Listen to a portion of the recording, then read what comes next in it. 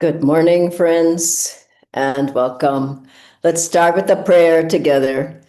Heavenly Father, Divine Mother, friend, beloved God, Guru Preceptors, Jesus Christ, Babaji Krishna, Lahiri Mahashaya, Swami Shri Yukteswarji, beloved Master, Paramhansa Yoganandaji, saints of all religions, we bow at thy feet and ask thy blessings at our satsang today.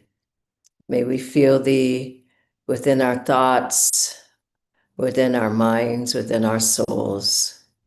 Awaken us into thy light. Om Shanti, Shanti. Today's topic is spiritualizing your free time. And there's a fun story at the end, so you won't want to leave early. And we'll start with a song and then an excerpt from a talk by Swami Kriyanandaji. Welcome again, everybody.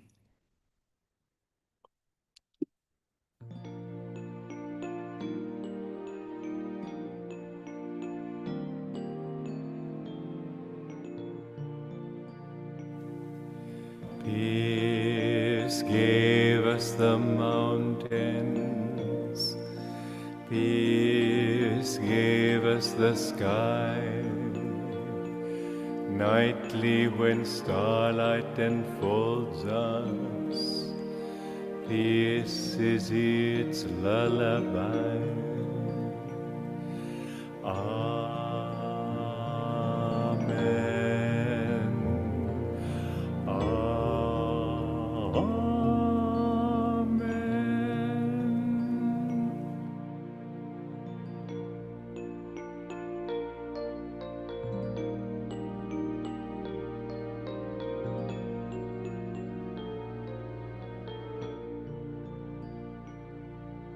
Peace gave us the morning, peace gave us the sun, bird songs that call us to welcome day and fresh labors begun.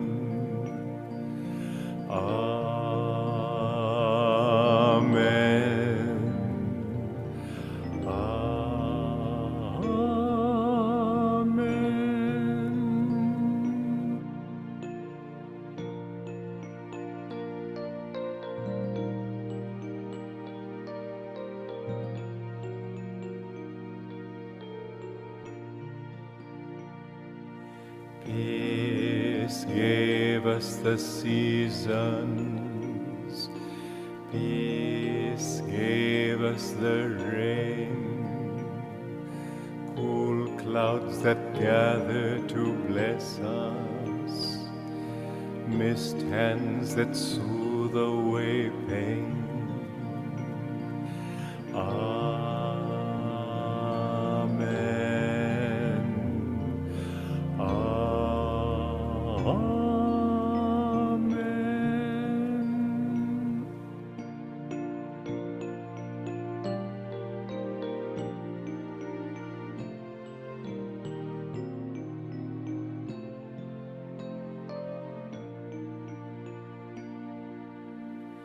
Peace gave us our heart's love, peace gave us our smiles, rays of thy presence within us, light that all strife reconciles. Amen.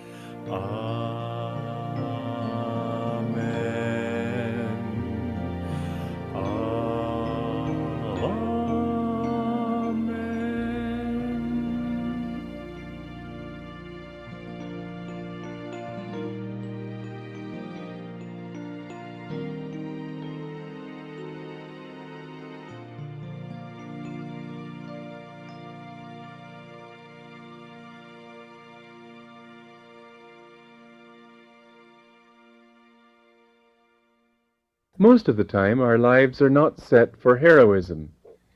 And so we sit back and read Newsweek. And it's okay, a little bit. But the trouble is that a day goes by, and how much have you done of anything else?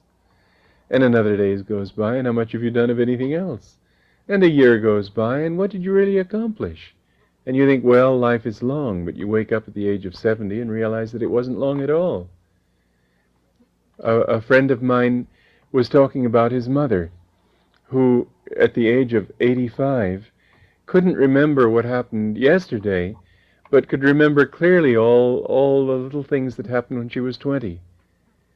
Uh, as if all those years just hadn't quite existed. Another interesting fact was Joseph Conrad. He was born Polish and became English and learned English absolutely perfectly, and of course was a great writer. And in his old age, he developed a thick Polish accent. Strange. But really, the difference between one part of one's life and the first part of one's life and the last part of one's life is not all that great. A friend of my mother's, who was probably 78, said that people look at me and they see me as an old woman, but when they say it, when I see them thinking that way, I just laugh because I know I'm just that same little girl, and that's the consciousness inwardly doesn't really change all that much. She always had the consciousness of a little girl, which is why she would put it that way. But the fact all the same is that life is extraordinarily short, and we should not waste our time. We should put our time into things that are really worthwhile. Don't think that you can sort of drown. You see, just like Mardi Gras, the fillers, the distractions, all the little things we do to escape the responsibility for listening to the divine voice within ourselves, these are like Mardi Gras, a kind of hysteria, a kind of madness, a kind of inebriation. Good morning again, everyone. So nice to welcome you today. This is such a wonderful topic, how to spiritualize your free time. It may be a topic that we haven't heard before, but it's very important because of what Swamiji said. Life is short. We think it's long. We think we can do whatever we want. We think everything is going to be fine. And we actually think we're going to find God, and we're not doing the right things in the right way. I was remembering when I was some years back, I mean, some decades probably, I used to take vacations at a beautiful place in Hawaii. I remember one time I was there for a couple of weeks, and that was way too long for one. And I came to get rejuvenated, to get more energy, to get rested. But I realized what was happening was that I was getting more and more tired. I was getting more and more complacent. I was getting more and more lazy. My consciousness was going down, it wasn't going up. My attunement was starting to flag. I didn't feel Master's presence as much. And it was really frightening. I thought, why am I going on this trip, on this vacation, and I'm not with Divine Mother? I'm not with the Masters. I'm with my old habits, my old thoughts, the old level of energy, the no magnetism, the wrong way of behaving, maybe. It just wasn't a proper time with God and gurus. So we have to realize that all of our time, we don't spend the time off without God and gurus. We don't spend the vacation without them. The only true time off is really with them. I was talking to a friend yesterday who was saying, because I was realizing on that trip that my old desires were popping up and things I wanted to do. And I mean, your mind just gets in another whole state if you're not keeping your spiritual practices going. And he was saying that about a particular car that, oh yeah, I really like that car. And saw that car. He said, yeah, that's a nice car. I said, yeah, that's a nice car, but why don't we find God first and then think about a car? After you find God, you're not thinking about a car. After your consciousness is uplifted, you're not thinking about all those kinds of things. And so we have to remember that we have to include God and gurus in everything. Not I'm off today, Divine Mother. I'm off today, Master. Don't bother me today. I was remembering something just came to my mind that there was a holiday. There's a lot of holidays here in India, and there was yet another holiday. And so in the Sangha office here, we were still serving, and I was asking one of my coworkers here, friends, Guru Bhais, I said, oh, is today a holiday? He said, yeah, today's a holiday, Dhyanaji, like looking at me like, why are we working? It's a holiday. And I said, well, we're serving because we love our guru. And he couldn't say anything about it then. And it's the truth that everything we do, we're trying to stay in tune with our guru. We're not, don't go on a vacation without master, go on a vacation on your own. I mean, I wouldn't do anything without God and guru. How can you even breathe? How can you walk? How can you talk? How can you swim in the ocean or whatever you're trying to do? You can't. And so everything that we're doing, we're bringing God and gurus. We don't take a day off without them. So question is, how long should that time off be? Who should you go with? What should you do? How do you spend that time? And I was remembering going with Swamiji with other people on trips here, there, short times off, or even after a large program, a big weekend or something. It was interesting. I really learned a lot because he didn't want you to just collapse afterwards and, oh God, I'm exhausted. I just got to go lie down in bed.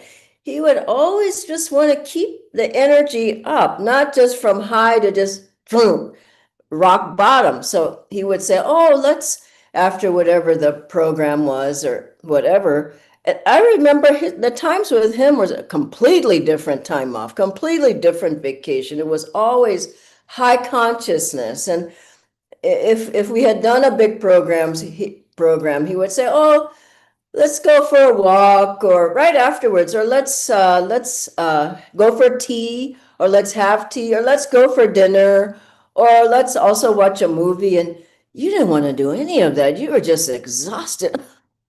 You really weren't, but your mind was. You just wanted to find your bed and just flop down into the bed. But he knew what you're thinking. So he would say, no, let's do this, let's do that. So by the time he was finished with you, you didn't feel so exhausted. It's the mind that's always thinking, I've got to have more time, I've got to be off. And I just was loving that, how he trained us not to just collapse, but to keep your consciousness high no matter what. So let's go back a little bit. Why do we need free time? Well, most yogis, at least those on the front lines, and many of you probably run at top speed. There's so many things to do. And Master says, like you're running at top speed and juggling at the same time. You try to get this and that project's going. This person needs a call. You need to go do that program. You're on the plane going there. It just is constant. You need to balance your life. You can't just be running, thinking all the time, what am I going to do now? You have to be able to relax, let go of the tensions, be able to rejuvenate yourself, to rest your brain, rest your body. I was just in Mumbai, a wonderful weekend there, wonderful devotees there. Several of us went there, and it was intense. There were a lot of different programs and meetings and whatever, but afterwards, I felt like, yeah, I really need a break. But I spent one day was enough. And just to have time to rest a little bit more and meditate more, recharge more, read a book that I enjoyed, whatever it was, but it wasn't like collapse. And I think that's what most people think. 12 hours, sleep it off. Maybe you need that, something like that. But anyway, we do need the breaks, but we need them to be able to balance out our lives. Otherwise, things will happen that aren't, it's not good for you to just keep under pressure, tense, and we shouldn't be working with that much tension. But if you keep going like that, physical ailments might happen, mental problems might happen, emotions erupt at different times when they shouldn't be coming out. You're angry or you're upset with somebody because you haven't had the time off. And it's time to clear the mind, clear the thoughts, get uplifted. I remember Swamiji said peace of mind was his bottom line. And if it got to the point where things were just so tense, he would often, as many times as I saw him, would take time off. So what do we do when we take time off? First of all, there are positive things you can do. It depends on you. First, get some rest, take some rest, sleep as much as you feel you need to, but don't overdo it. Master said if you just sleep, sleep, sleep, sleep becomes a drug. And you wake up and you're drugged. Like after this weekend, I woke up very early in the morning. I said, wow, there's so much energy. I don't feel like I need that much sleep. And so don't just sleep because I need the sleep. How much do you need? Take what you need. So rest is good. And then do things that are nurturing to you. You might go for a walk, you might go to the park, you may go somewhere that's rejuvenating. It depends on where you live. You may want to get some extra exercise, run or swim or whatever, ride a bike, I don't know, whatever you feel to do. You may want to read some interesting book that you have that relaxes your mind. Some hobby, like the other day, I was playing a musical instrument, the Esraj, playing Swamiji's songs. It just healed my heart. I just love playing those songs. And you may want to play the harmonium, play some chants. It depends on you. The other thing, you may want to have some food that you enjoy. Eat properly instead of racing through your food and all that. Just have some time like that. Now the spiritual practices you may want to, should actually add to all that is try to meditate a little bit more even. Don't, try it. You can't, I don't feel like meditating at all. If you sit there, I found that on those days, I can typically meditate more. But it depends on the person. But if you're not racing out the door or just coming back in, tend to meditate a little bit more, maybe. Do some yoga postures to relax yourself. Here's another wonderful one. It's a no-brainer, but why not pray to Divine Mother? Offer your week, offer the day. Yeah, this is my day I'm spending with you. And offer all the things that you've done to Divine. How could you even do them? Whose ideas were there? Whose inspiration? Whose energy? And you think, I did it all myself. Well, hello, you didn't. So think about it. Give everything to Divine Mother. It's so sweet when you can spend the day like that. Play some music that of Swamiji's. Now, music has gotten very rajasic out there in the restaurants, in the hotels, in the airport, and wherever in people's cars. It's just too loud and too rajasic. So I'm not talking about that kind of music. I'm talking about sattvic, uplifting. And I was thinking about Swamiji's music, all those 400 pieces. Every note has consciousness to uplift your consciousness. Every note of that music. You can listen to some of that music and just feel it just relaxing your nervous system, relaxing your brain, relaxing your body, relaxing your emotions, and not just bringing you down, but uplifting you. And also, it's another one thing people may like or they may not like it, but why not try to be alone on that day? I mean, you have maybe one day off every week or maybe 2 days, but some of that time try to be alone. I don't mean sleep. I mean really consciously go for a walk by yourself instead of with the family of five. Take some time where you're just reading a book alone. Go to the park alone. Go for a run or a swim alone. Take some time when you're not always talking and always listening to other people. I was remembering something funny Swamiji said about one man. Yeah, maybe it was Master, but no, it was Swamiji. He said that he was with someone, and the man was asking the person who was with them, "My boy, are you married?" And this was somewhere in here in India. And the man said, "What do you mean? I'm married to your own daughter." And he said, "Why did you ask me that?" "Oh, I was just trying to find something to say." Don't always try to find something today to say, but be quiet sometimes. I've been in a car with close friends driving long distances where we never even talked. So it just doesn't, you don't have to talk all the time. Now, here's the next question: where to go on the free day? Well, you may not want to go anywhere. I would say it depends on the traffic. And if you're living in some places that are the traffic, it just drives you crazy. How can you have a free day with that traffic? I don't want to name the places, you know where they are. But anyway, you may not want to go out. I am enjoying where I'm living now because here in Pune, I can walk to the center, I can walk to the office. It's just all, I don't have to get in a car.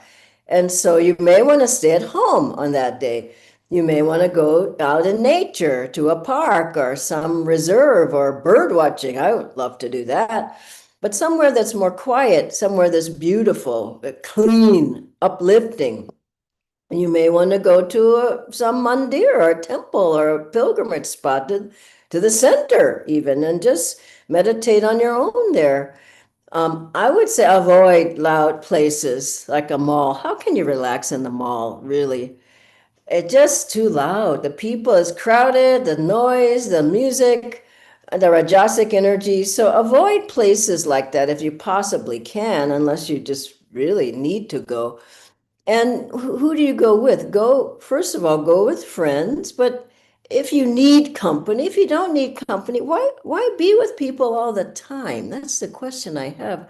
I know people get used to that, but if you have to be with people on that day, don't be with people who are highly talkative or negative would be really bad, or who are needy. Be with people who are peers, who are like you, who are just calm, centered, relaxed, uplifted. And anyway, so there are a couple more points on this. One is, but I'll get to those in a minute, that what did Master and Swamiji do on their breaks and vacations? Well, Swamiji, I went with him at several, but he would go to really nice places. He would go, this is a vacation up to a beach area or national park or somewhere like that. And Master did the same, ocean, parks, beautiful places. Now, when we are there, wherever we go, or if we're at home, there are a couple of more points here. Interesting, but they seem like you shouldn't have to say them, but don't let your consciousness drop down. You go into the news of the day, you go into social media, you go into a movie that has a heavy vibration or violence or low energy, your energy is just going to drop. Your consciousness drops, your energy drops. You wonder what happened. You're sitting there on the couch, you're watching the third movie that doesn't have good energy in it, and you wonder why you're off, why you're out of tune. So don't let the consciousness drop. The other one is even in conversations, I find people always trying to change the topic to something that's a lower consciousness. Keep the consciousness high in the things you talk about, in the consciousness and the things that you discuss and all. When we were with Swamiji on days off, it was always the same conversation. Master, what Master do? Stories of Master, stories of uplifting, inspiring stories. It never was, this happened, that happened. He kept the vibration up. Keep your vibration up, keep your energy up, keep your consciousness up. And finally, who do you go with? If you go with friends if you want, but isn't it beautiful when you can go with Divine Mother? Just in your free day, even if you don't go anywhere, just Divine Mother, this is me and you today. I'm with you today, God. I'm with you today, Master. I'm with you today, gurus. And I love that beautiful story of Swamiji going on his free time to Carmel. After he had finished the Raja Yoga lessons with 600 pages, he went on a short vacation, and he said clearly he went with Divine Mother. He had in mind, he prayed to Divine Mother, he told her, I'm going with you. He didn't go with anybody else. And Carmel is a beautiful beachside, seaside place. It's just lovely vacation place. So Swamiji went, and he didn't have, this was way back beginning, early days of Ananda. He didn't have that much money, but he wanted to take a vacation and celebrate with Divine Mother. So he went to a beautiful place. And there was only one hotel, and he goes there, and it was quite expensive. And then so Swamiji, he always was conversant with whoever it was, and friendly, kind. And so then, when he talked to the proprietor, and then afterwards he says, okay, how much will it be? And the man told him. So Swamiji pulls out his wallet to pay. Now he's gone with Divine Mother, mind you. And the man says, oh, no, don't pay me. And Swamiji says, well, why? He says, oh, I don't know. I like you. It's an amazing thing. I liked you. I like you. So he didn't have to pay for his room because he went with Divine Mother. And then he went to have his lunch, and he sat and chatted with the man who owned the restaurant for a little bit. And after he had his lunch, afterwards he went to pay. And the man, no, don't pay. I don't want you to pay. It's on us. Now, have I seen that in my own life? Yes, I have seen it. It's wonderful when it happens. When does it happen? When you give everything to God. When you're not selfish, when you don't think about yourself, when you don't worry about money, when you give everything you have to Divine Mother. I've seen it in my own life. And I want to end with a wonderful story. I've shared this once with you all, but I just can't help but share it again. It's a Divine Mother story, going on a trip to the Kanha Tiger Reserve in Madhya Pradesh. It has 90 plus tigers. This happened, well, a few years back. I've gone with Jyotishan Devi Ji to either Kanha or Pench and Daya Keshava, a different one. So anyway, this Kanha has 90 tigers plus 90 tigers, 1,200 square kilometers of enormous natural beauty, and it's one of the finest tiger reserves in the country. So me and another person who went, we were living simply in cabins in the reserve and had a simple prayer. Divine Mother, let us see tigers. Let us see you in tigers. So on the very first day, we go out on an open Jeep. Our first afternoon, and I had ridden this already, I'm just reading it, and spotted one lazily retired tiger about 100 meters away. After that, most of the tourists, or tigers, most of the tourists had vanished as closing time had come. While returning to our guest house, suddenly a tiger appeared 10 to 15 meters away. We all on that Jeep saw it clearly hidden in the grass. He was perhaps a 2.5-year-old male, radiant orange with black stripes, a sight to behold. He was inquisitive about us as well, so he sat low in the tall grass, observing us, moving his tail side to side. We were overjoyed, but also wanted to see him in full view again. Finally, after 10 minutes, we moved our vehicle ahead a little, and after a few minutes, he raised his head, looked around, and roared, He was communicating with the mother tiger who we had seen earlier, the tigress, and who had called to him. The young tiger, least bothered by our presence, gracefully walked away, drank some water from the stream, and then sat in the middle of the road. It was obvious he was the royal king of his territory, as if he was saying, "Take your photographs and go." We decided to honor His Excellency's presence and moved on. From this thrilling encounter, we felt that with patience, focus, and open-hearted desire to see this beautiful creature, Divine Mother, had fulfilled our wish. Om Shanti Shanti. I'll ask Nitendra to join us now. Thank you so much, Dhanaji, for the beautiful story. We have a live question, so maybe we'll take that first. Okay. Quickly. Dhanaji, it is that how do we deal with family members who want to gossip and you do not have a choice to avoid it, but at the same time, you also want your consciousness to remain uplifted? Yeah. What I did with my family some time back, last visit, I had so many pictures from my time in India. I had so many stories. Anytime the energy kind of just started dropping, I would just start talking, but positively about things that had happened, things that they enjoyed. I knew they would enjoy the pictures.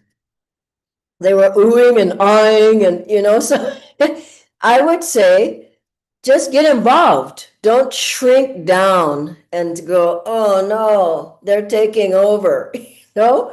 And also keep in mind Divine Mother and Master, and they'll give you something to say that's positive. But the thing you don't want to do is shrink down. You want to get bigger. And as you meditate more and do the practices, your aura is bigger. The light is bigger. And gossip has a lot of darkness in it. Let's face it. And so you have to beam that light in every room, wherever you go, wherever you are. You have to keep beaming light. And you'll find that the darkness it doesn't have the power over the light. You have to be that light. I hope that helps. Absolutely, Dhanaji. Thank you. The other question, Dhanaji, is that how could Swamiji find time to create communities, travel the world, write music, write books, conduct lectures, and so much more? I think because he took time off. Isn't that interesting? I mean, he took seclusion times, he took vacations, he took days off. And I remember he asked me when I asked for advice once, I thought he would say a whole lot. What did he say? He asked me, "Do you ever take a day off?" That was his advice. And I said, "Actually, no." He said, "You need to take time off." So all of us are trying to do everything we can. We have our regular job, we have the Sangha Seva, we have our family, we have our everything. But if you don't take time, you get ill, you end up in the hospital, you have ailments that come up, you have mental problems. You need to do it. It's not like an option. And do it with Divine Mother and make it fun and nurturing. Thank you, Dhanaji. Just one last question quickly. Okay? So this whole whirlpool of social media, TV, and mobile phones, it just sucks us in. So how Totally. can we ensure that we do not fall in that trap? I turn mine off at night. You may not be able to do that, but at a certain point, I just can't keep looking at the phone. I mean, it's like you become a nervous wreck. So you have to decide, how much time am I going to spend on social media and stick to it? How much time am I going to spend on the phone? How much time am I going to go back and forth messaging people? One person is 10 messages. You have to draw the line. How many people am I actually going to be messaging with? Some people you don't need to message with them. Give them to somebody else. So you have to draw the line. Like Swamiji said, peace of mind was his bottom line. And I see people getting they're nervous, they're restless, their eyes are blinking all the time, they're shaking their legs, under the table. It's like, you've gone too far. So, and they're watching movie after movie and they're violent, or I just think it's terrible. So you have to really say, okay, just like I told the fellow about the car, let's find God first, then do whatever you want. And the trick is, once you find God, you don't want to do those other things. You're not going to be on social media. You're not going to be WhatsApping. You're not going to be watching horror movies, So just get your perspective. Do I want to find God or not? If you don't, do whatever you want. If you do, stick with what Master gave. He was very clear. And so distraction after distraction, filler after filler, it's exhausting. So you have to draw the line. Nobody can draw that for you. And if you do, you'll find what a relief. I don't need that. I don't need this person. I don't need to talk to this person. I don't need to call 50 people. I don't need it. I need to get my priorities straight. Get them straight. And then you'll take off spiritually. If you don't get them straight, you'll be bogged down. And you don't know why. But it's because you don't have those priorities straight. I hope all of this is helpful. It's vitally important. Get balance in your life. Put Divine Mother first. You will find that everything else works out wonderfully. God bless you all. And thank you, Natendra. Bye bye, everybody. Have a good day. Bye bye.